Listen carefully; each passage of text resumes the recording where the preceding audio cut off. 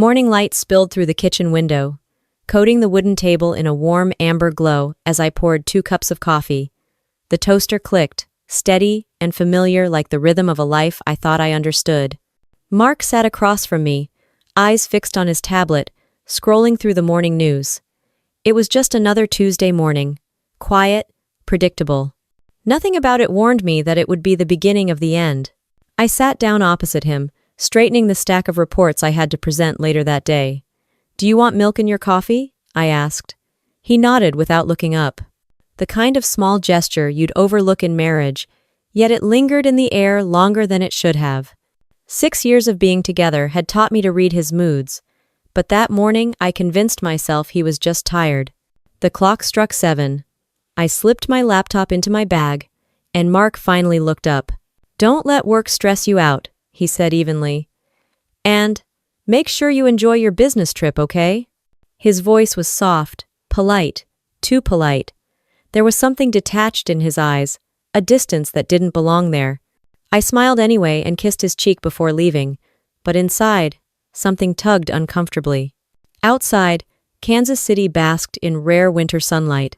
I turned on the radio, catching a cheerful DJ, talking about Valentine's Day coming up that weekend, couples booking dinners, planning surprises. A song by Bryan Adams came on. I laughed softly. Mark and I never cared much for Valentines. "We're not teenagers," he'd said once. "We don't need roses or candles to prove love." I agreed at the time. But lately, it felt like we weren't skipping the small gestures, we were slowly forgetting to care at all. At the office, my coworkers were buzzing about romantic plans. Rebecca, my teammate, nudged me playfully. "Sarah, I bet Mark's planning something big. You've got that happy wife look." I smiled. "Maybe just a happy spreadsheet look." Everyone laughed, and so did I.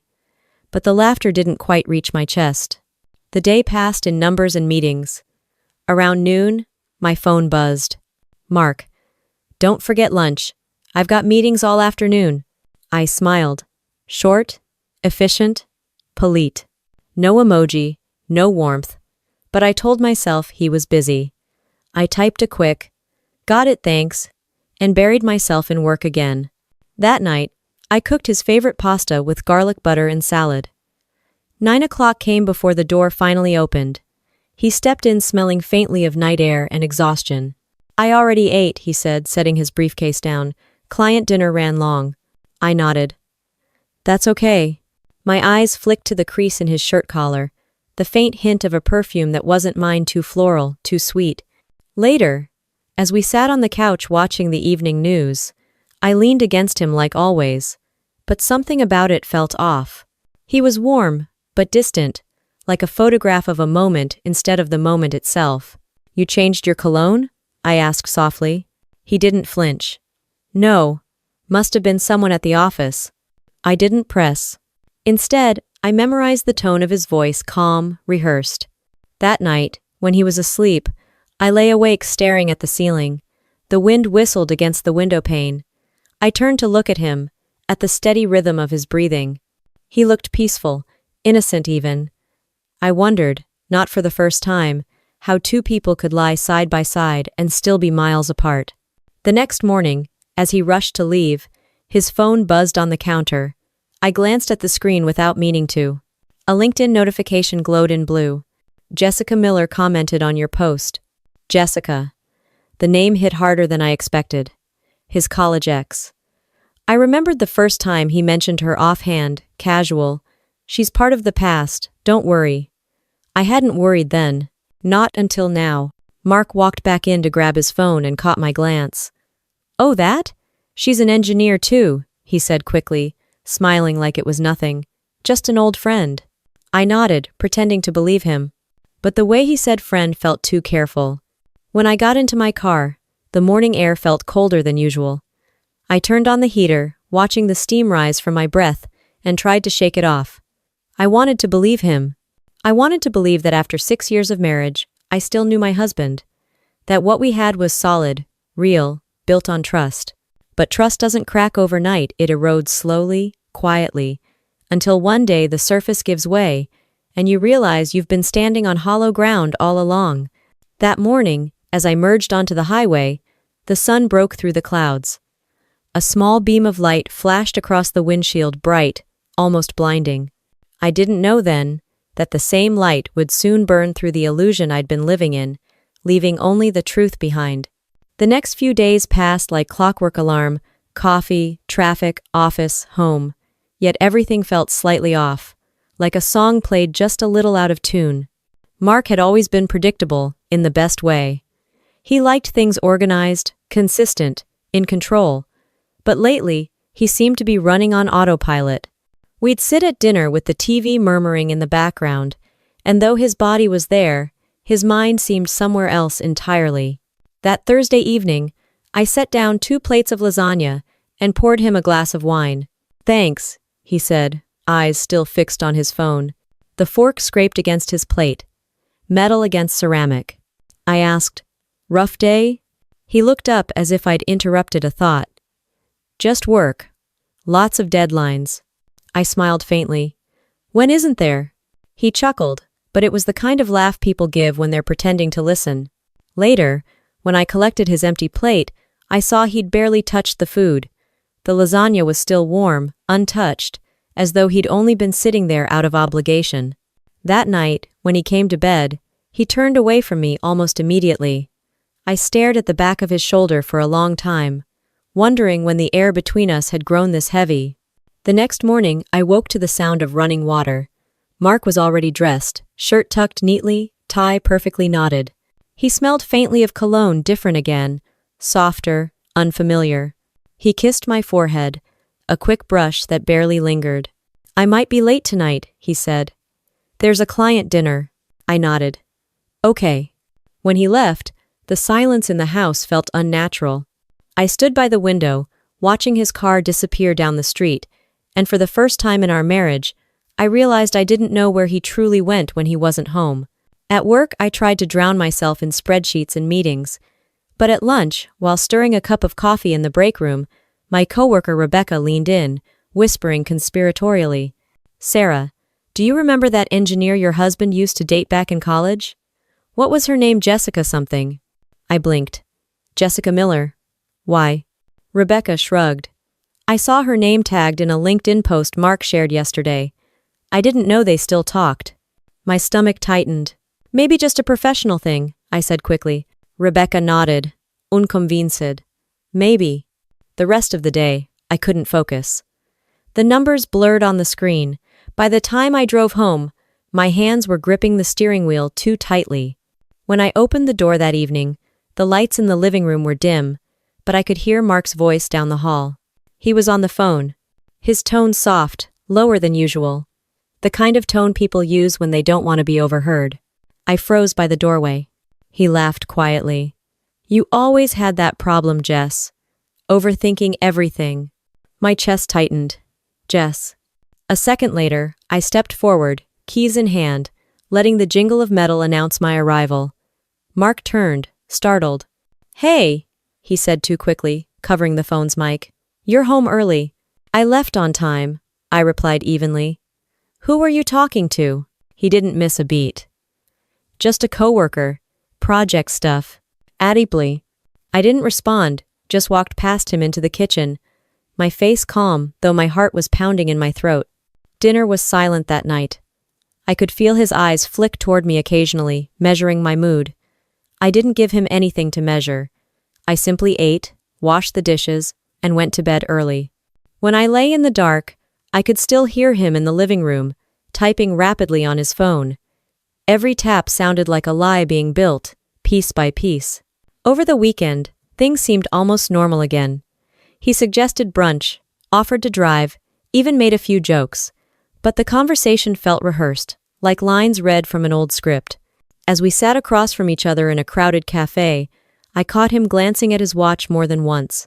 "You in a hurry?" I asked. He smiled. "Just checking the time. I told Dad I'd help fix the fence later." "On a Saturday?" He shrugged. "You know how he is." "Oh." After brunch, I watched him drive off in the opposite direction of his parents' house. That night, I stood by the laundry machine folding his shirts. When I lifted one, something small fell out of the pocket, a receipt from a coffee shop across town, time-stamped that afternoon. 2 lattes, 1 slice of lemon cake. I stared at it for a long time. When he came home, humming lightly as he hung his jacket, I didn't say a word. I tucked the receipt into my planner instead, next to the Valentine's card I'd bought him a week earlier. In the days that followed, he became even more careful. The phone was always face down. He answered calls outside or in the garage. His tone stayed calm, professional, but his eyes, those used to meet mine with warmth, had become mirrors. Then one evening, I caught him scrolling through his messages, smiling faintly. The light from the screen reflected across his face, and for a second, I could almost see the man he used to be, the one who looked at me like I was the only person in the room. "Something funny?" I asked, standing by the doorway. He looked up, startled. "Just a meme. Work chat." "Let me see," I said playfully, stepping closer. He locked the screen. "It's stupid. You wouldn't get it." I laughed softly, but something inside me cracked. That night, I sat at my desk long after he'd gone to bed. The glow of my laptop lit up the room. I opened LinkedIn and searched Jessica Miller. Her profile appeared instantly, smiling, professional, recently divorced, based in Kansas City. Her latest post was a photo of blueprints spread across a coffee table. The caption read, "So grateful for friends who still believe in my work." In the comments below, one familiar name stood out. Mark Thompson. "Always happy to help. You've got talent, Jess." I stared at the words until they blurred. My chest felt tight, as if every breath was a small betrayal. I closed the laptop quietly and glanced toward the bedroom door, where the faint sound of his snoring echoed through the hall. It was then I understood the distance between us hadn't been born overnight. It had been growing slowly, in quiet phone calls, in hidden smiles, in the small lies people tell when love starts to fade. And though I still couldn't bring myself to believe he was capable of more than that, some part of me already knew something between us had changed forever. The following Monday morning, I felt the first drop of dread settle in my chest, quiet but undeniable. Mark left early, saying he needed to check in at the site before work. I made coffee and stood by the window, watching his taillights disappear down the street. The cup in my hand felt heavier than usual. Something in me wanted to believe the best, that marriage sometimes just moves through dull seasons. But another part of me, the quieter and more honest one, was whispering that love doesn't just fade, it shifts its attention elsewhere. At work, I couldn't focus. Numbers blurred across the spreadsheet. During lunch, I picked up my phone and scrolled through LinkedIn again, something I had never done before. Not to check on him, not to check on her. Jessica Miller's name popped up instantly under People You May Know. Her profile photo was the same one I'd seen last week. The confident smile, the sharp black blazer, the glint of sunlight in her hair. She looked happy. Too happy. I clicked on her page. Recent post. Excited to collaborate on new designs with Ironfield Engineering. It's always great reconnecting with talented people. My stomach twisted. Ironfield Engineering. Mark's firm.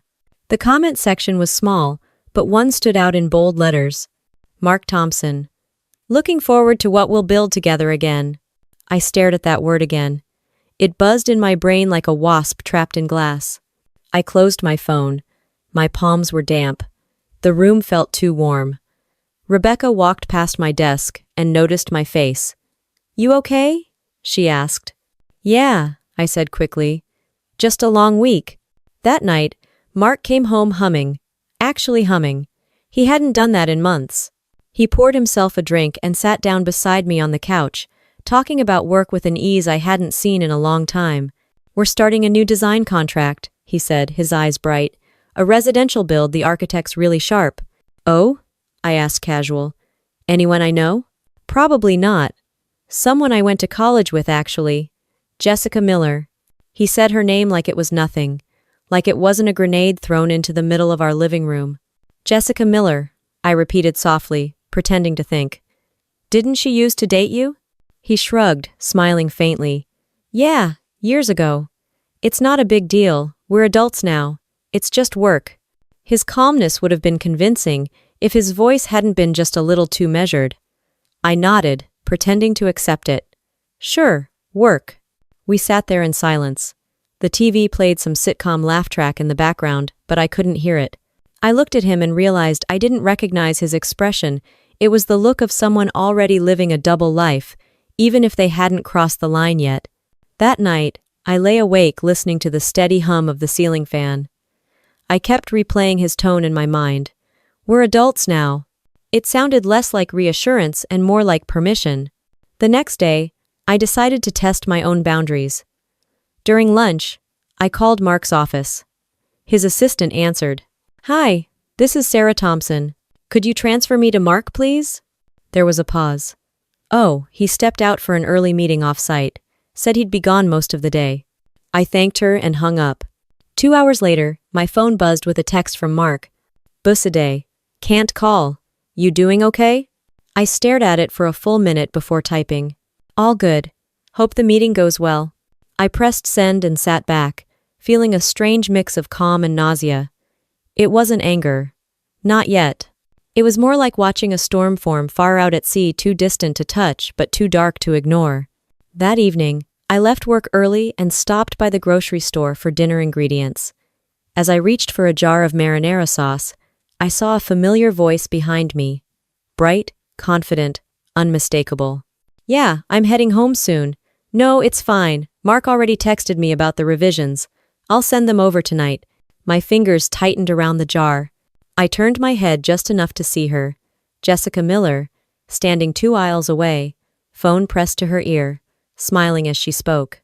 She looked exactly as I remembered from the photos. Poised, polished, effortless. I turned away quickly, heart pounding, pretending to check my shopping list. When I walked past the aisle again, she was gone, but her voice still echoed in my ears. Mark already texted me. That night, I served dinner quietly. Mark sat across from me, scrolling through his phone as usual. His thumb moved quickly, eyes flicking with concentration. I poured him a glass of wine, sat down, and asked, "How was work today?" "Busy," he said automatically. "You know how it is." "Yeah," I said, eyes on his phone. "I do." The next morning, his phone lit up again while he showered. A message banner slid across the screen. "Jessica Miller. Thanks for staying late. You always know how to fix things." My pulse spiked. I didn't touch the phone, but the words burned themselves into memory.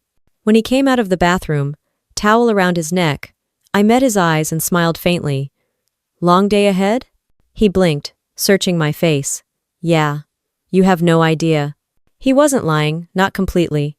That evening, he didn't come home until after 10.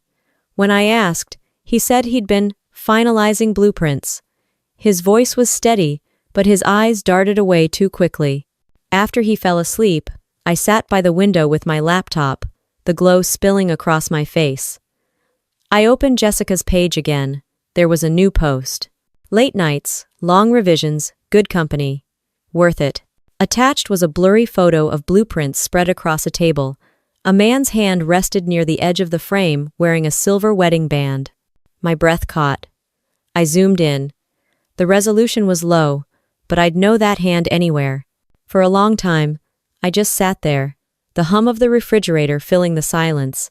Then I closed the laptop, my hands trembling slightly, and stared out the window into the dark Kansas City sky. There wasn't any thunder yet, not even a single raindrop. But somewhere in the distance, I could already feel the storm turning toward me. The following week, the air in our house shifted in ways too subtle for anyone else to notice except me. Mark was suddenly attentive again. He started leaving sticky notes on the fridge with small reminders. "Picked up dry cleaning," or "Love you, have a good day." He cooked dinner once, something he hadn't done in months, and even mentioned we should plan a weekend getaway soon. It should have comforted me. Instead, it terrified me.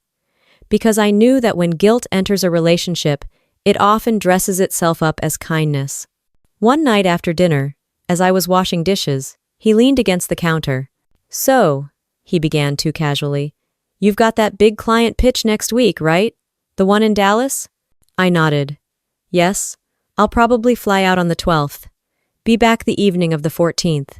"Valentine's Day," he said, smiling faintly.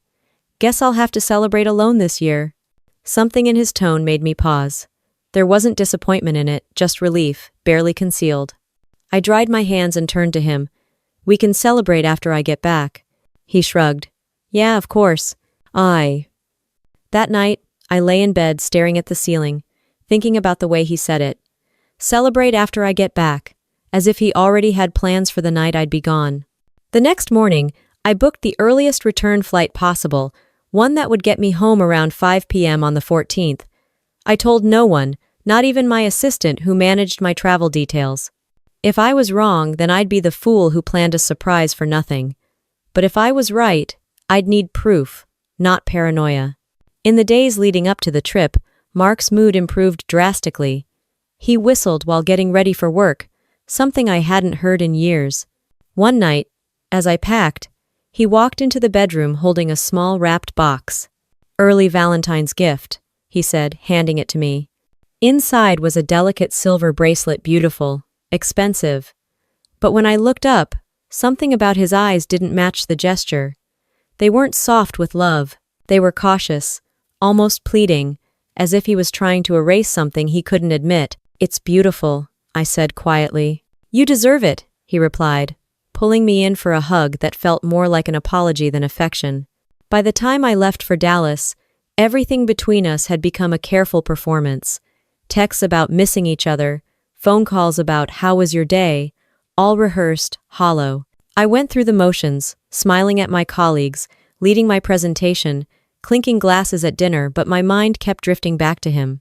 On the morning of Valentine's Day, my team decided to wrap up early. The meeting had gone better than expected, and most of the group planned to stay an extra night to celebrate. I smiled, made an excuse about an early flight, and headed to the airport. By noon, I was in the air. I stared out the window at the clouds, heart pounding. I didn't want to believe I was flying home to catch my husband betraying me. The thought made me sick. But something deeper, an instinct sharpened by quiet observation, told me I wasn't wrong. When the plane landed, my hands trembled as I texted Mark. Me. Just finished the last meeting. Exhausted. You? Mark. Still at work. Probably won't be home till late. Don't wait up. I stared at the screen for a long moment. My pulse steady now, almost calm. He had no idea. By the time I reached our neighborhood, the sun was already dipping low. I turned off the main road and onto the quiet lane leading to our house. The streets were lined with glowing porch lights, red and pink decorations swaying gently in the February breeze. I remember thinking how cruel it was that love had its own holiday, and I was driving straight toward the death of mine. As I pulled up to the corner before our driveway, my headlights caught a familiar shape parked near the curb, a silver sedan. I didn't recognize the license plate, but I recognized the car model instantly. I'd seen it before. Jessica Miller drove one exactly like it. I parked 2 houses away and turned off the engine. My hands gripped the steering wheel until my knuckles went white. Every sound around me, the distant bark of a dog, the faint hum of a TV through a neighbor's window, felt magnified. I waited there for several minutes, hoping, praying I was wrong. But then the unmistakable sound of laughter floated through the open crack of a window, a woman's laughter, light and familiar. Followed by his voice. The air in my lungs froze. I stepped out quietly, my heels sinking into the soft grass. The closer I walked, the louder their voices became. They weren't whispering, not hiding. The sheer boldness of it made my vision blur with disbelief. At the front door, I reached for my keys out of habit and stopped. The lock had been turned from the inside. He'd locked me out of my own home. For a moment I stood there, heart pounding, the reality of it settling over me like a heavy fog. Then I remembered the spare key hidden behind the porch light, the one we used only when we accidentally forgot ours. My fingers found it easily, cold and metallic against my skin. The hallway was dim when I stepped inside. The faint smell of candle wax hung in the air. From the living room, I could hear music, soft, romantic, the kind of song couples slow dance to. Each step forward made my stomach tighten. I wasn't angry yet. I wasn't even crying. I was numb, stripped down to instinct, moving on quiet autopilot. At the end of the hallway, their laughter came again, louder now, unmistakable. I took a slow breath and looked toward the closed bedroom door. And in that moment, I realized I had crossed the line from suspicion to truth. I was no longer searching for evidence. I was about to see it. The cool air of the hallway hit my face as I stepped further inside. My shoes made no sound on the carpet, but I could hear everything: the low hum of music, the faint clink of glasses, the rise and fall of laughter that didn't belong in my home. The smell of wine drifted through the air, sweet and heavy. For a moment, I just stood there, my hand gripping the edge of the wall. I wasn't sure what I felt. Not fury, not heartbreak, just a hollow stillness. Like the seconds before a crash, when you know the impact is coming, but can't move to stop it. A flicker of light spilled out from under the bedroom door candlelight. The soft glow danced on the floorboards, as if mocking me. I took one slow step forward, then another, my breath catching in my throat. From inside, I heard her voice high, familiar, carefree. "You always knew how to make me laugh, Mark." He laughed too, low and intimate, the kind of sound that used to belong to me. "Guess some things never change," he said. My hand trembled on the doorknob. For a second, I couldn't do it. Some part of me wanted to turn around, walk out, pretend this wasn't real. Pretend I hadn't heard my husband's voice soaked in warmth he hadn't shown me in months. But another part, the part that had endured the silence, the lies, the careful rehearsed answers, knew that pretending was over. I turned the knob. The door didn't budge. Locked.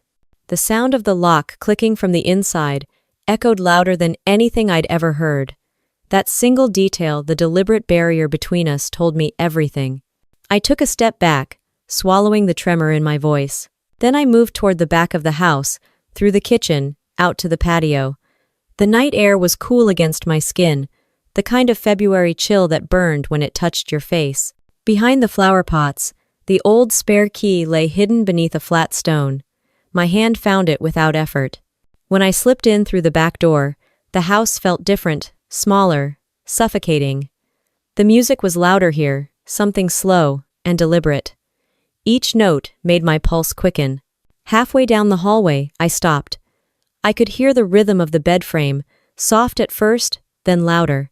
Her voice a sharp, breathless sound followed by his, lower, broken by laughter.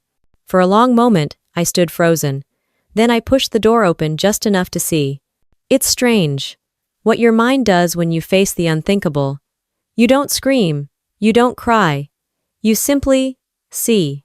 Jessica was on her back beneath him, the sheets tangled around their legs. The rose petals I had once scattered on that same bed for our anniversary now littered the floor. His hands, those same hands that used to brush hair from my face, were holding her as if I'd never existed. The sound that escaped me wasn't loud. It was barely even a sound, more like the air being punched out of me. Mark froze first. Then he turned, eyes wide. Jessica gasped, clutching the blanket to her chest, but I didn't look at her. My gaze stayed on him. The man I'd loved, the man I thought I knew. For a few seconds, none of us spoke. The music kept playing slow, ironic. I took one step into the room, my voice steady, though my knees were shaking. "Happy Valentine's Day, Mark." He opened his mouth, searching for words, but I lifted a hand. "Don't," I said quietly. "Don't insult me with excuses." Jessica's face turned red, tears gathering in her eyes. "Sarah, You don't get to say my name," I cut her off. "Not here, not in my home. Mark reached for his pants, stammering.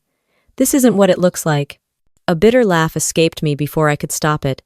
"Really? Because from where I'm standing, it looks exactly like what it is." For a brief second, rage flickered behind his eyes like he resented me for walking in, for ruining their moment. That was the moment I stopped feeling sorry for him. I stepped forward, my voice calm, cold. "Get dressed, both of you, and get out." Jessica looked at him, disparity. "Mark, say something." He didn't. His silence was its own confession. When they were finally dressed, I walked toward the front door, holding it open.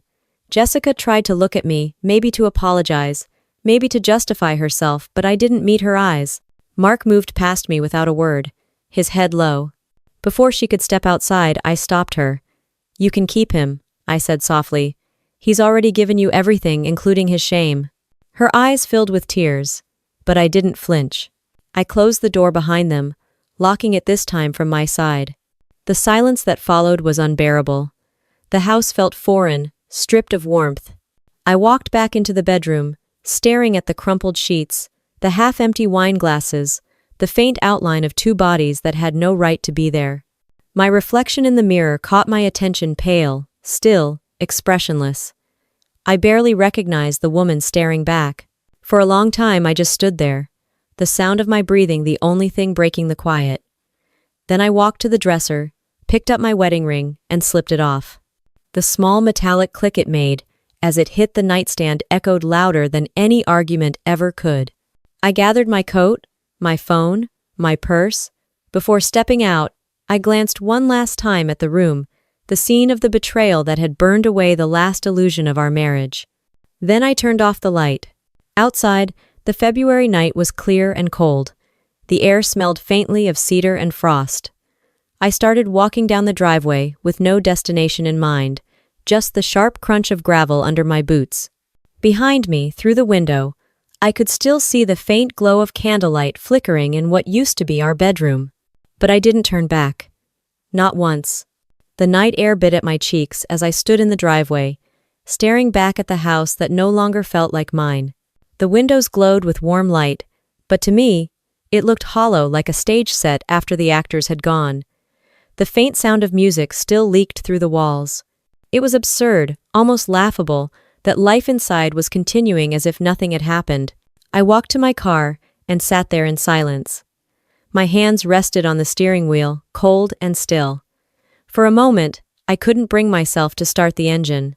I just watched the front door, waiting for it to open, waiting for him to come after me. He didn't. The seconds stretched into minutes. Nothing. No footsteps, no shouting. Just the same quiet indifference that had crept into our marriage long before tonight. That was when it hit me, not the betrayal itself, but what it revealed. He hadn't fought for me because he'd already given up. Long before I saw it, he had stopped choosing me. I turned the key and drove away, the headlights cutting through the darkness of our street. Each familiar landmark, the neighbor's porch light, the oak tree we planted our first year, felt like a ghost of something that once mattered. When I reached the main road, I pulled into a gas station. My phone buzzed in the cup holder, Mark's name flashing on the screen. I stared at it for a long moment, then hit decline. A few seconds later, another message. Mark, please, let's talk. It's not what you think. A bitter laugh rose in my throat. Not what I think? I had seen everything. There was no misunderstanding. I threw the phone onto the passenger seat and leaned back, closing my eyes. The fluorescent lights from the gas station sign flickered through the windshield, blinking in rhythm with my shallow breathing. I wanted to cry, but the tears wouldn't come. My body felt too stunned for emotion, like grief and anger were standing at opposite ends of a hallway, unsure who should reach me first. Eventually, I started driving again. I didn't know where to go, so I headed toward the only place that made sense, my sister's apartment on the north side of town. We hadn't talked much lately. She'd always thought Mark was too perfect, and I'd grown tired of defending him. But when I pulled into her driveway, her kitchen light was still on. She opened the door wearing an oversized sweater, confusion written all over her face. Sarah? It's after midnight. What happened? I didn't answer at first. My voice felt locked behind a wall of disbelief. She looked at my face, then stepped aside without another question. I walked in and sank onto her couch. She handed me a blanket, sat beside me, and waited. He was with her, I said finally, the words leaving my mouth as flat as facts in a report. With who? Jessica, his ex. My sister's expression hardened instantly. You saw them? I nodded. In our bed. For a long moment, the only sound was the soft hum of her refrigerator. Then she exhaled slowly, eyes filling with sympathy and fury in equal measure. That bastard. I almost smiled. Leave it to her, to strip the situation down to its rawest truth. She poured me a glass of water, and I held it in my hands without drinking. My reflection wavered in the ripples, tired, hollow, unfamiliar. What are you going to do? She asked. I don't know yet. I paused, staring into the glass. But I know what I'm not going to do. I'm not going back there tonight. She nodded. Good. Let him sleep in the mess he made. Her words should have comforted me, but they didn't. Because somewhere deep inside, I already knew this wasn't just one night's betrayal, it was the end of something I had spent years trying to protect. By morning, I still hadn't slept. The first light of dawn crept through the blinds, painting the room in pale gold. I stared at the ceiling, thinking of the house, the pictures on the walls, the coffee cups still in the sink, the bed that now belonged to strangers. When my sister finally stirred, she found me sitting at the table, coffee steaming in front of me. "You're really calm," she said, eyeing me warily. "I'd be losing my mind." "I was last night," I admitted. "Now I think I'm just empty." Unquote. I didn't tell her that beneath that emptiness, something else was beginning to take shape, a quiet, deliberate kind of anger, the kind that didn't scream or shatter plates, the kind that waited. Around 9, my phone buzzed again. Dozens of missed calls from Mark. A few texts. "Mark, please come home. We need to talk." "Mark, she left. I made a mistake." "Mark, I love you, Sarah. Please." I stared at the screen until the words blurred. Then I powered the phone off. 2 days later, I drove back to the house. I didn't tell him I was coming. The driveway was empty when I arrived, which suited me fine. I unlocked the front door, the same one that had been locked against me, and walked in. The air smelled faintly of his cologne and wilted roses. The bed was made. The candles were gone. Everything looked staged, like nothing had happened. But I knew better. I could still see it, the memory burned into the walls, the sheets, the space between breaths. I opened the closet and began pulling my clothes off the hangers, one by one. Fold, pack, repeat. Each motion steadied me. Each folded shirt felt like reclaiming a piece of myself. By the time I reached the last drawer, the only thing left was my wedding photo. Mark's hand rested on my shoulder in the picture, his smile confident, mine soft. I held it for a moment, then placed it face down on the dresser. When I closed the front door behind me, it didn't feel like leaving home. It felt like walking out of someone else's story, one I was never meant to be in. The lock clicked once, quietly. And just like that, the house that once held every promise of love became nothing more than a shell filled with echoes. The morning after I left that house, Kansas City was gray and cold. The kind of quiet, cloudy morning that looks peaceful from the outside, but feels hollow on the inside. I sat in my sister's kitchen, staring into a cup of coffee gone cold, trying to decide what came next. I wasn't thinking about forgiveness, that word didn't even exist in my mind anymore. I was thinking about truth, about the finality of what I had seen and what it meant. Because sometimes you spend years building a life with someone, only to realize it was made of wet paper all along. When my sister left for work, I stayed behind. I opened my phone for the first time since that night and saw the flood of messages from Mark. "Mark, Sarah, please. I need to explain." "Mark, it wasn't what you think. It was a mistake." "Mark, I love you. Please come home." The words didn't hurt anymore. They just sounded small. I blocked his number, then sat there in silence for a long time. The clock ticked, the refrigerator hummed, and outside, the sky stayed still. I didn't cry. I didn't rage. I simply existed, the kind of numb that feels like floating. By afternoon, I drove back to our house one last time, not to talk, not to argue, but to face the place where everything had ended. When I pulled up, his car was parked in the driveway. A few lights were on inside, and through the front window, I could see movement, him pacing, running his hands through his hair, phone pressed to his ear. Probably calling me again, hoping for one more chance to rewrite what couldn't be undone. I didn't walk to the door immediately. Instead, I sat in the car, breathing in slow, steady waves. My wedding ring lay on the seat beside me, glinting under the weak sunlight. For a second, I picked it up, weighed it in my hand. It was such a small thing to carry so much history, laughter, anniversaries, apologies, promises, and now, lies. When I finally stepped out, my footsteps crunched against the gravel. He must have heard me, because the front door opened before I reached it. "Sarah," he said, voice shaking, face pale. He looked smaller than I remembered. "Please, I can explain." I walked past him without a word. The smell of wine and perfume still lingered faintly in the air. I turned off the music he'd left, playing some sad, instrumental piece that felt like an attempt at redemption, and faced him. "Explain what?" I asked, my tone calm, almost too calm. That I didn't actually see what I saw? That the woman in our bed wasn't her? He flinched at the word our. "It just happened," he said weakly. "It didn't mean anything. I was drunk. We were talking about work, and one thing led to—" "Don't." I cut him off sharply. "Don't insult me with cliches." He looked at me like a man cornered, desperate for mercy but too proud to admit it. "Sarah, you know me. You know this isn't who I am." "Mark," I said softly, "it's exactly who you are. You just finally stopped pretending." The silence that followed was heavy, not explosive, just final. I could see him searching my face, trying to find even a flicker of love left to cling to. But there was nothing. He took a small step forward. "I'll end it. I'll cut all ties with her. I swear to God, just talk to me." I tilted my head slightly, watching him. "You already ended it the moment you touched her." He opened his mouth to say something, but his voice broke. His hand reached for me instinctively, and I stepped back.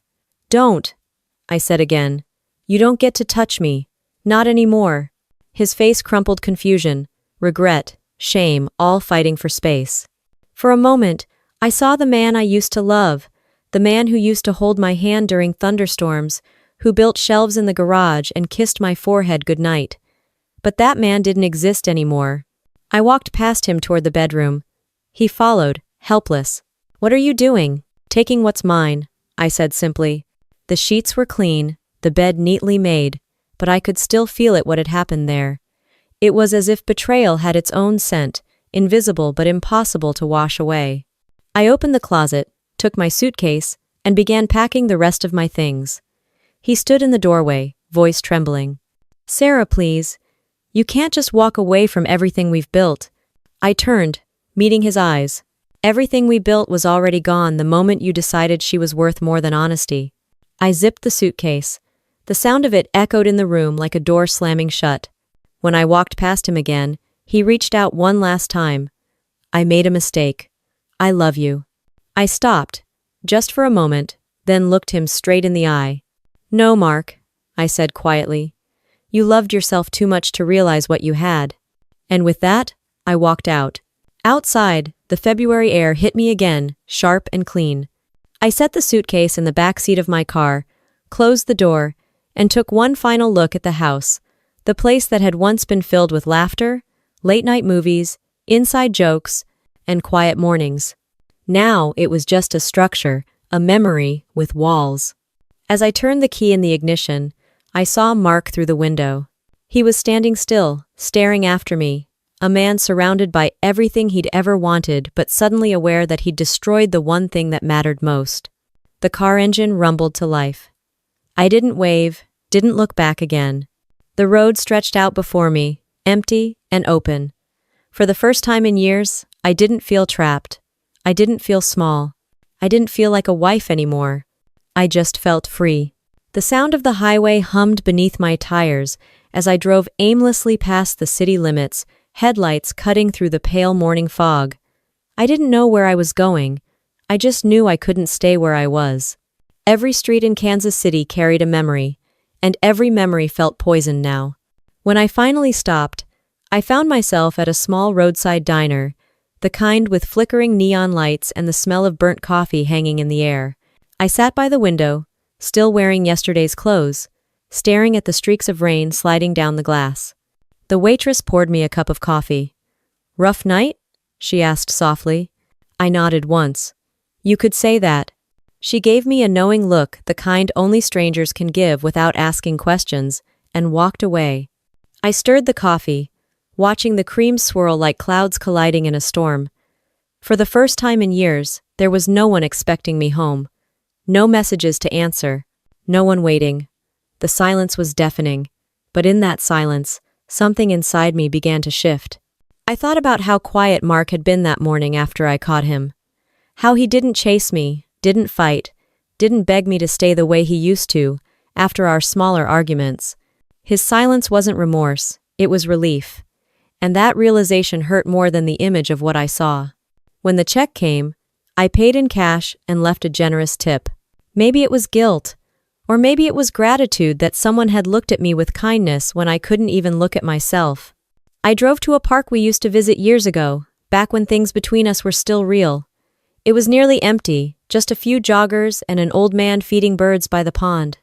I parked under the same oak tree where Mark once surprised me with a picnic, and for a moment, I could almost hear our laughter echoing in the distance. The memory wasn't comforting. It was cruel, because it reminded me of how much I'd once believed in us. My phone was still turned off, but curiosity or maybe self-torture made me power it on. Within seconds, notifications flooded in. Missed calls, voicemails, and text messages. The first voicemail started with silence, then his voice. "Sarah, I don't know what to say. I messed up. I can't believe I let it happen. Please just talk to me. Please." The second one was shorter. "I'll do anything to fix this. I'll go to therapy. I'll quit the project. Just don't give up on us." The third was barely a whisper. "I can't sleep. I can't eat. Please, I need you." I deleted them all. He wasn't grieving the loss of me. He was grieving the loss of his comfort, his safety net, the woman who made his life easier, steadier, cleaner. What he missed wasn't love. It was convenience. That thought gave me an unexpected sense of strength. Because for the first time, I saw the truth of my marriage clearly, not as the love story I had clung to, but as the illusion it had become. I stayed at my sister's place for a few weeks.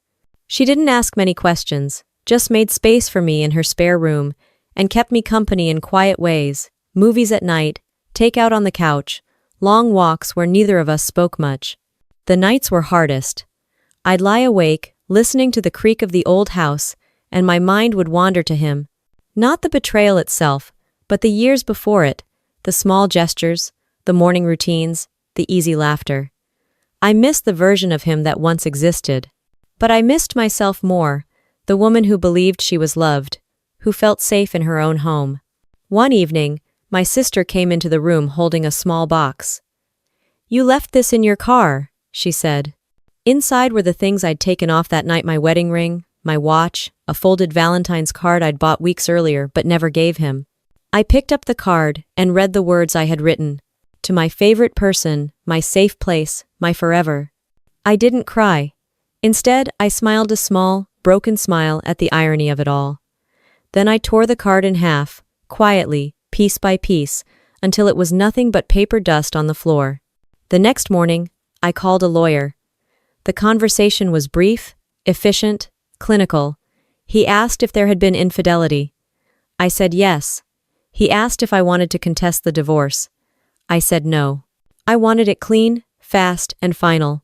When the papers were ready, I met Mark at a quiet cafe downtown to sign them.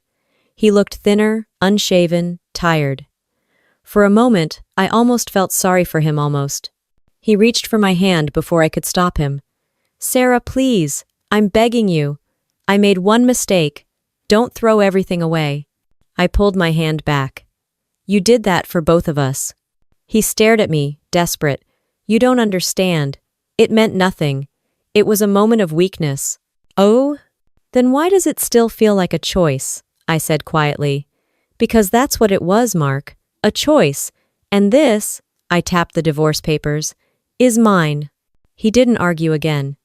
Just nodded slowly, eyes glassy, as if realizing that the woman sitting across from him wasn't the same one who had spent years forgiving small sins. When it was over, I stood, thanked him for meeting me, and walked out into the bright afternoon Sunday. The light felt sharp on my face, almost too real. I took a deep breath and let it fill my lungs, the air tasting of exhaust, coffee, and something else: freedom. Back at my sister's, I opened the window of my room and let the cool air rush in. The sound of distant traffic mixed with the hum of evening. It wasn't peace, not yet, but it was close enough. And in that stillness, I finally understood something. Silence isn't always punishment. Sometimes it's protection. Because in silence, you stop listening to lies. And you start hearing yourself again. The day the divorce was finalized, the courthouse felt colder than it should have. The clerk handed me the signed papers with a polite smile, the kind people give when they sense something irreversible has just happened but don't want to say it out loud. I thanked her, folded the documents, and walked out into the crisp March air. The wind smelled faintly of rain, and for the first time in weeks, I let it hit my face without flinching. The storm inside me had quieted, not gone, but dulled to something survivable. The silence between me and Mark was absolute now, clean in a way words could never be. I drove straight to the small park near my sister's place, the same one where I had once walked with Mark years ago, holding coffee cups and talking about future plans that now sounded ridiculous in hindsight. I sat on a weathered bench overlooking the pond, watching ducks cut gentle ripples across the surface. There was peace in that ordinariness. When I reached home, my sister was waiting with 2 glasses of wine. "So?" she asked. "It's done," I said. She studied me carefully, like she was waiting for me to fall apart, but I didn't. Instead, I raised the glass. To endings that should have happened sooner. Her smile was small but proud. To beginnings that actually mean something. The first few weeks after that felt strange, like learning how to breathe again. I went back to work, focused on projects, and avoided the questions from co-workers who had noticed the ring missing from my hand. I didn't owe anyone explanations. People could assume what they wanted. But alone, the nights were the hardest. Every corner of that borrowed apartment echoed with memories I hadn't chosen. The clink of a glass, the sound of the washing machine, each small thing reminded me of how easily life moves on even when your heart hasn't. One evening, while scrolling through my email, I saw a message from Mark's mother. "Sarah, I'm so sorry for what my son did. You were the best thing that ever happened to him. I wish things had been different. Please know you'll always be part of this family." I stared at the message for a long time before replying. "Thank you, but I think it's time I stopped being part of that story." I didn't hate her. I didn't even hate him anymore. What I felt was something quieter, sadder, a kind of mourning for the years I had given to someone who had treated them like currency he could spend freely. A few days later, I went to our old house one last time to collect the remaining boxes. He wasn't there, thankfully. The front door opened with a soft creak, and the smell of fresh paint hit me. He'd already started redecorating. The framed wedding photo that used to hang by the staircase was gone, replaced with a generic landscape. The sight didn't sting as much as I thought it would. If anything, it confirmed something I already knew: he was trying to erase me, to rewrite the story so it didn't end with him as the villain. But you can repaint the walls all you want. The foundation still remembers the cracks. I packed quietly, methodically, until I reached the bedroom. My fingers brushed over the nightstand drawer where my journals used to be. The space was empty, but I could still feel the ghost of my handwriting, all those entries I'd written about love, loyalty, and hope. When I left, I didn't lock the door, let him deal with the echoes. Back at my sister's, life began to fall into something resembling rhythm again. Work, meals, sleep, repeat. But underneath that structure, something new was beginning to form: the faint outline of independence. One morning, while sipping coffee, I came across a listing for a small apartment on the outskirts of the city. Cozy, with big windows and an overgrown backyard. Nothing fancy, but it was mine to choose. I called the landlord that afternoon and signed the lease by evening. Moving in was a strange mix of freedom and grief. My sister helped me unpack, making jokes to lighten the mood. "You realize this means I lose my live-in therapist, right?" she said, tossing me a pillow. I smiled. "You'll survive. Besides, I think it's time I stopped talking about him and started living without him." That night, standing in the middle of the empty living room, I listened to the hum of the refrigerator and the faint buzz of city lights outside. The quiet didn't feel oppressive anymore, it felt honest. I opened the windows and let the night air in. Somewhere in the distance, thunder rolled, a low, distant rumble. And for the first time since Valentine's Day, I didn't flinch at the sound. Days turned into weeks. The more space I put between me and Mark, the more I began to see how much of myself I had lost in that marriage, in the constant compromise, the emotional guessing, the quiet pretending that everything was fine. I had spent years shrinking myself to fit into his version of happiness. Now, I could breathe full-sized again. When mutual friends reached out, they tiptoed around the subject. Some offered pity, Others offered gossip. I listened politely, then changed the topic.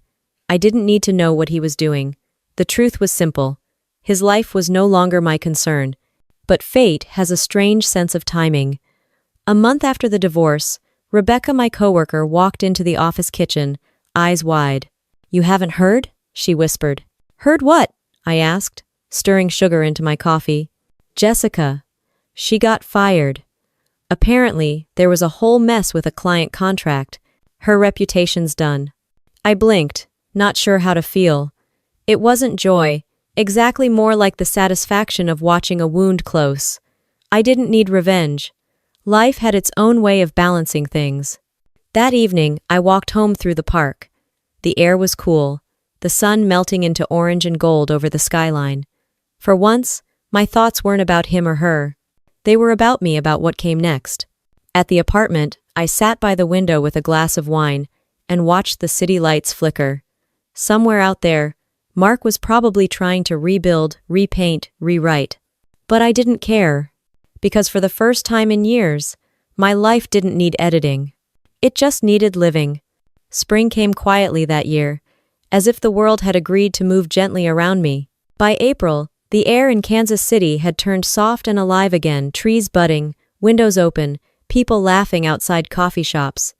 I used to love this season. Mark and I would take long walks downtown, talking about nothing and everything. But that version of my life felt like it belonged to someone else now, someone naive enough to believe love could survive neglect. I had settled into my new apartment by then, a small space with creaky wooden floors and light that spilled across the living room every morning. It wasn't big, but it was mine. The first weekend after moving in, I bought a cheap second-hand dining table and painted it pale blue. When the paint dried, I ran my fingers across the surface and whispered to myself, "This is where I start over." The days passed in quiet, comforting routines. Work, gym, dinner, sleep.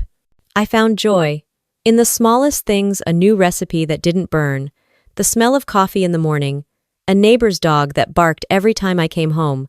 My sister called often, checking in with the kind of protectiveness only an older sibling can pull off. She'd ask, "You okay?" And I'd answer honestly, "Better than yesterday."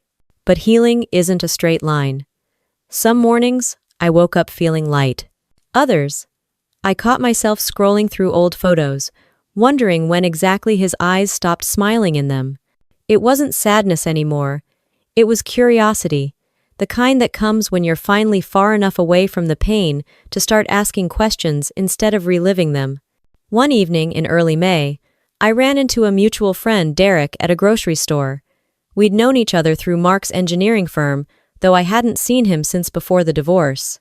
He looked awkward when he spotted me near the produce aisle. "Sarah," he said, half smiling. "Wow, you look good. It's been a while." "It has," I replied. "How are you?" He hesitated before answering. "I'm fine. Listen, I wasn't sure if I should say anything, but I'm sorry for everything that happened." I tilted my head slightly. "You mean with Mark?" He nodded. "Yeah. I didn't know how bad things had gotten.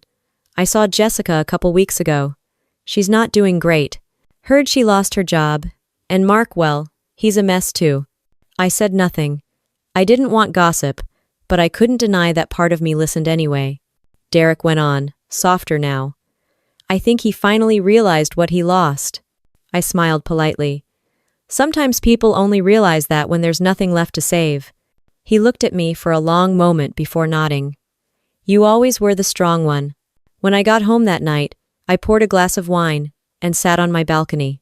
Below me, the city pulsed with life horns honking, laughter rising from the bar on the corner. Somewhere out there, Mark was probably sitting alone in that house we once shared, surrounded by silence. For a moment, I tried to imagine how that felt for him. Then I stopped. It wasn't my job to. A few days later, while sorting through old emails, I found one from Jessica. Sent months earlier, never opened. I don't know what made me click it. "Sarah, you don't know me, but you probably should. I never meant for things to go this far. It wasn't supposed to happen. I thought he loved me again. I thought he was miserable. Maybe we both were. I'm sorry. Truly. You didn't deserve this. I read it twice. The apology didn't soften anything, but it also didn't sting like I thought it would. I could almost see her now. Not as the villain in my story, but as another woman who mistook someone else's promises for love. We were both casualties of his cowardice, just in different ways. I closed the email and deleted it without replying. Some chapters don't need closure in words, they end when you stop caring about the explanation. Work began to pick up again, and with it came a chance for something new.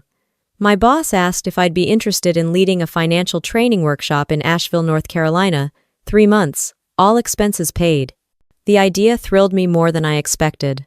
That night, I stood in front of the mirror brushing my hair and caught my reflection mid-smile.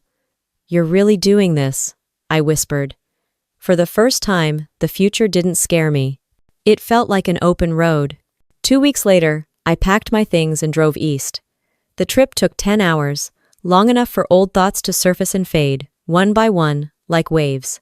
When I arrived in Asheville, the town greeted me with rolling hills, cobblestone streets, and the scent of mountain air.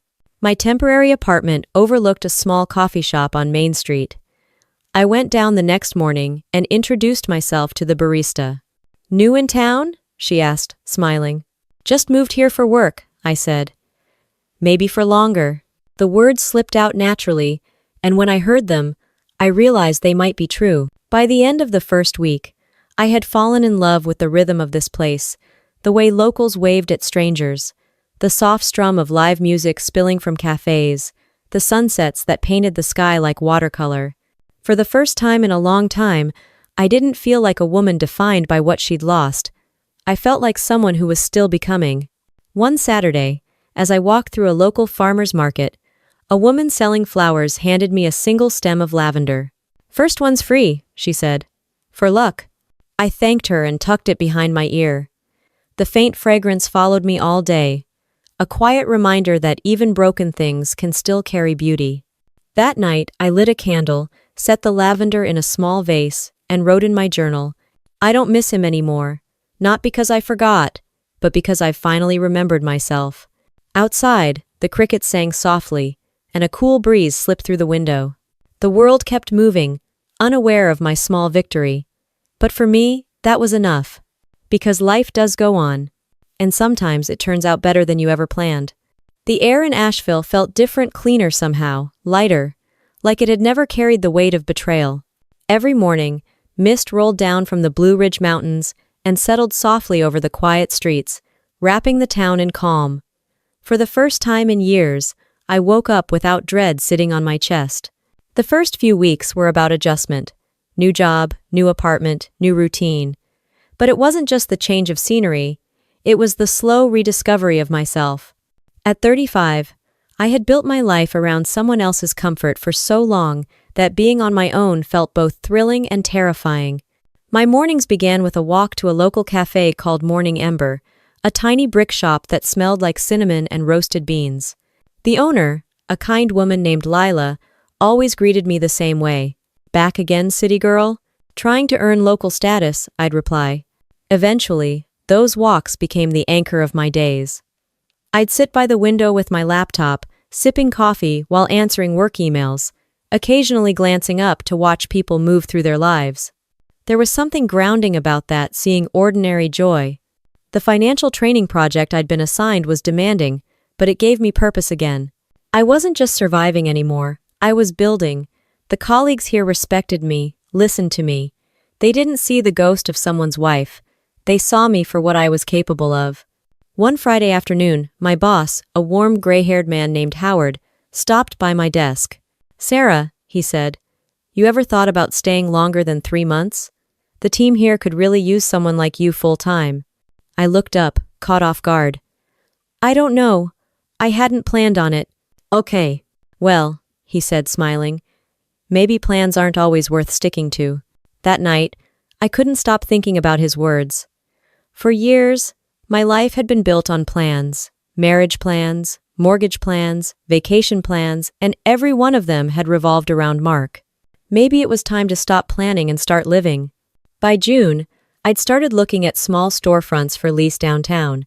The idea had been brewing quietly for weeks, something my sister had suggested half-jokingly one night over the phone. "You've always loved coffee," she'd said. "And you've got that business mind. Why not open your own cafe?" At first, I laughed. But the more I thought about it, the more it made sense. I wanted something of my own, something built from my hands and my heartbreak. After 2 weeks of searching, I found it. A narrow brick space with wide windows and a faded "For Rent" sign.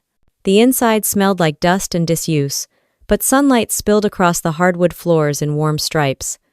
I stood in the center of that empty room and saw it the vision of what it could be. A place for people to sit, talk, breathe. A place built on quiet strength. The lease was signed within a week. I poured my savings into renovations. Mornings were filled with paint rollers and sanding wood. Nights were spreadsheets and supplier calls. Every decision, every small frustration, every bit of exhaustion, it all reminded me that I was alive, rebuilding something real. When the sign finally went up, it read, "Ever After Cafe." Not because I still believed in fairy tales, but because I had learned that happily ever after doesn't mean staying with the one who broke you. It means finding peace in the pieces you rebuild. The opening day was a blur of faces and laughter. Locals drifted in, curious, and left with smiles and full mugs. Lila came by with flowers. Howard sent a handwritten note that said, "Proud of you, told you plans can change." I worked behind the counter until my feet ached, but I didn't mind. When the last customer left, I locked the door, turned off the lights, and stood in the soft hum of silence. It wasn't the kind of silence that hurt anymore. It was the kind that heals. That night, sitting alone by the window with a cup of chamomile tea, I thought of Mark not with longing, but with a distant kind of pity. I wondered if he ever thought about me, if he ever realized how easily peace replaces love once trust is gone. But the thought didn't linger. I had no anger left to give him. Over the next few months, the cafe grew. Regulars came in every morning, travelers passed through, and I started recognizing faces the way people in small towns do. They'd call me by name now. "Morning, Sarah." "You look busy today, Sarah." "Got that cinnamon latte ready for me, Sarah?" It was small, ordinary happiness, but it felt infinite. Sometimes, during slow afternoons, I'd watch the door swing open and think about how strange it was that one Valentine's Day, the day everything fell apart, had led me here, to this life, to this peace. One evening, a woman around my age came in just before closing. She looked tired, like she'd been carrying something heavy for too long. When I brought her coffee, she smiled faintly and said, "Rough day." "Yeah?" I said gently. "It'll pass." She looked up at me for a long moment, then nodded. "I hope so." As she left, I caught my reflection in the window, hair pulled back, apron dusted with flour, a faint smile on my face. There was something about that reflection that felt new, lighter. That night, before locking up, I turned the "open" sign to "closed" and stood there for a while, watching the quiet street outside. Fireflies glowed in the distance. The hum of the evening wrapped around me like a lullaby. In that small, warm cafe that smelled like fresh bread and cinnamon, I realized something profound. Sometimes, life doesn't give you the ending you imagined. It gives you the one you were strong enough to create. It was a mild autumn morning in Asheville when I realized 3 years had passed since the divorce. I hadn't marked the date intentionally. It just slipped into my awareness as I wiped down the cafe counter and caught sight of the calendar on the wall. 3 years since that Valentine's Day, since I had stood in the doorway of my own bedroom and watched my old life crumble like ash. But if you had told me then that I'd be standing here now, in my own cafe surrounded by regulars who smiled when they saw me, I wouldn't have believed you. Life has a strange way of softening the edges of what once tore you apart. The bell above the door jingled, breaking my thoughts. "Morning, Sarah," said Ethan, one of my usuals, a local journalist who came in every weekday at 8 sharp. "Morning," I replied, pouring his coffee. "How's the paper treating you today?" He grinned. "Better than most marriages, I think." We both laughed. His comment didn't sting the way such words once would have. That was the quiet victory of healing, the ability to laugh at what once broke you. By mid-morning, the cafe buzzed with chatter and clinking mugs. My assistant, Mia, handled the counter while I checked invoices in the back office. That's when my phone buzzed with a new email notification. The subject line made my heart pause. Professional Conference, Kansas City Financial Summit 2025. I almost smiled at the irony. Kansas City. The place I had run from. The city that had once held both my marriage and my undoing. The conference invitation was legitimate, a national financial event inviting small business owners to speak about economic growth and community entrepreneurship. My cafe had recently been featured in a local magazine, and apparently someone had noticed. I stared at the email for a long time. A part of me hesitated. Another part whispered, "You owe that city nothing anymore. You can walk back there on your own terms now." So I clicked accept. 2 months later, I was on a flight back to Kansas City, a city that no longer had the power to make my chest tighten. When the plane touched down, the skyline outside the window looked almost unfamiliar. It wasn't home anymore. And for the first time, that realization didn't hurt. The conference was held in a glass-paneled convention center downtown. I arrived early, wearing a navy blazer and the calmness that only comes from surviving yourself. As I checked in, the woman at the registration desk smiled. "You're Sarah Thompson, from Ever After Cafe, right? We loved your feature." "Yes," I said, matching her smile. "That's me." "Oh." As I walked through the bustling lobby, I noticed how strange it felt to be surrounded by people who knew me for what I'd built, not for what I'd endured. The morning sessions went smoothly. My talk was scheduled for the afternoon, so I found a quiet table near the windows to review my notes. The city outside glimmered under a pale Sunday. I was lost in thought, when a voice familiar, deep, and painfully recognizable cut through the hum around me. "Sarah?" I looked up. Mark stood a few feet away, holding a conference badge that read Mark Thompson, Ironfield Engineering. His hair was shorter, flecked with gray, and the easy confidence he once carried had been replaced by something else, something quieter. For a moment, neither of us spoke. The last time I'd seen him, I was walking away from the house we'd built together.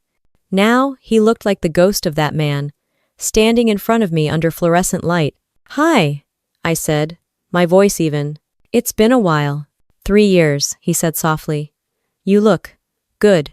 "Thanks," I replied, offering a polite smile. "You too." He hesitated. "I heard about your cafe. Ever After, right? I saw the article. I'm proud of you, Sarah." The words landed gently, without weight. There was no manipulation, no regret-heavy plea, just truth. And that, oddly enough, made it easier to hear. "Thank you," I said. "It's doing well." We stood there in the kind of silence that only two people who once shared a life can understand, heavy with history, but empty of emotion. He finally asked, "Are you here to speak?" "Yes. About community rebuilding and small business recovery." "That sounds like you," he said, his voice carrying something that might have been admiration or nostalgia. I nodded. "And you're still with Ironfield?" He hesitated before answering. "Yeah, still there. But things are different." "Different how?" He gave a half-smile that didn't quite reach his eyes. "Let's just say the personal and professional lines don't blur anymore. Jessica and we didn't last." I didn't flinch.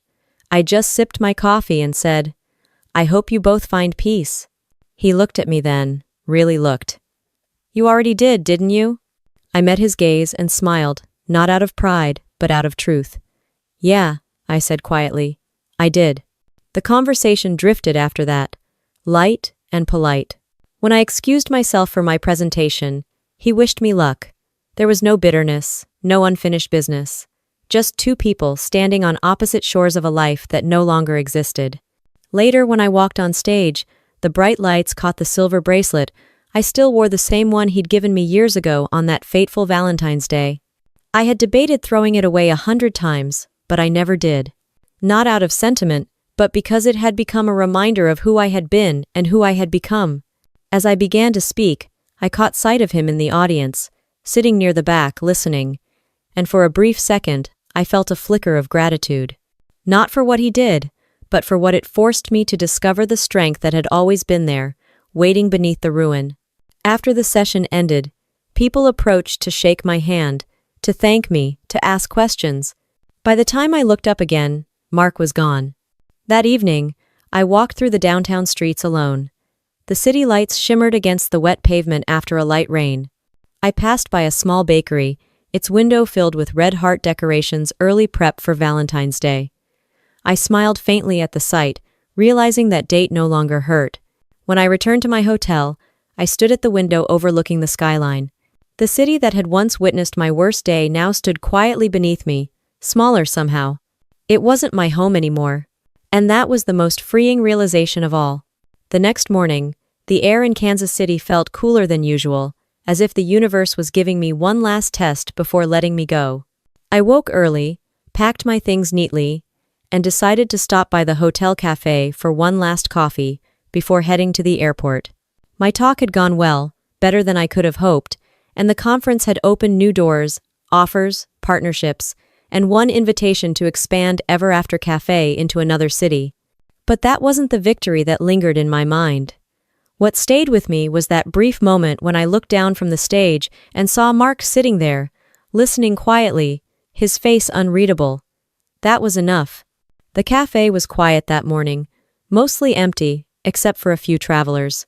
I ordered a latte and sat near the window, watching the sunlight stretch across the pavement.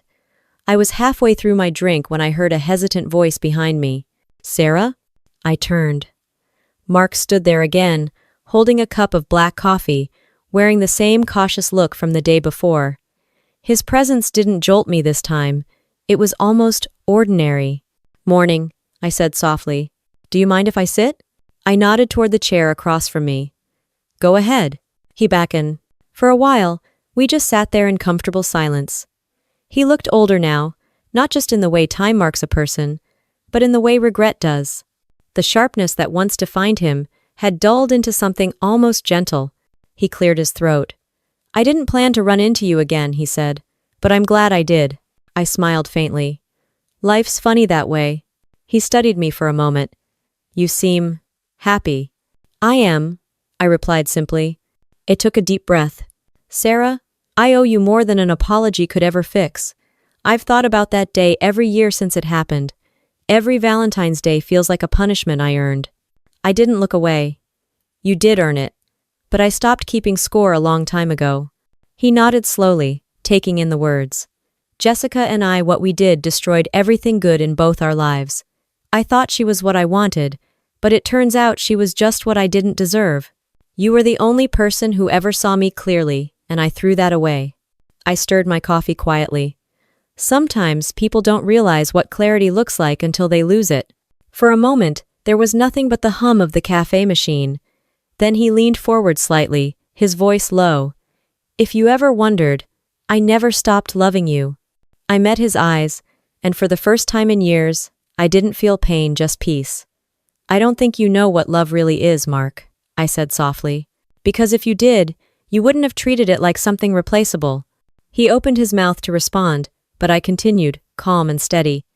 "And that's not me being bitter, it's just the truth. I used to think forgiveness was about saying the words out loud, but it's not. It's about being able to look someone in the eye and feel nothing. That's how I know I've moved on."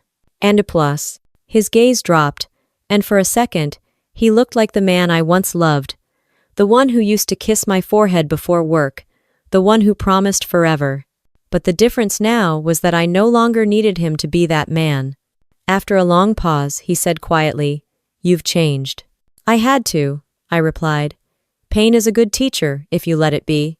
He gave a small, sad smile. "You're stronger now.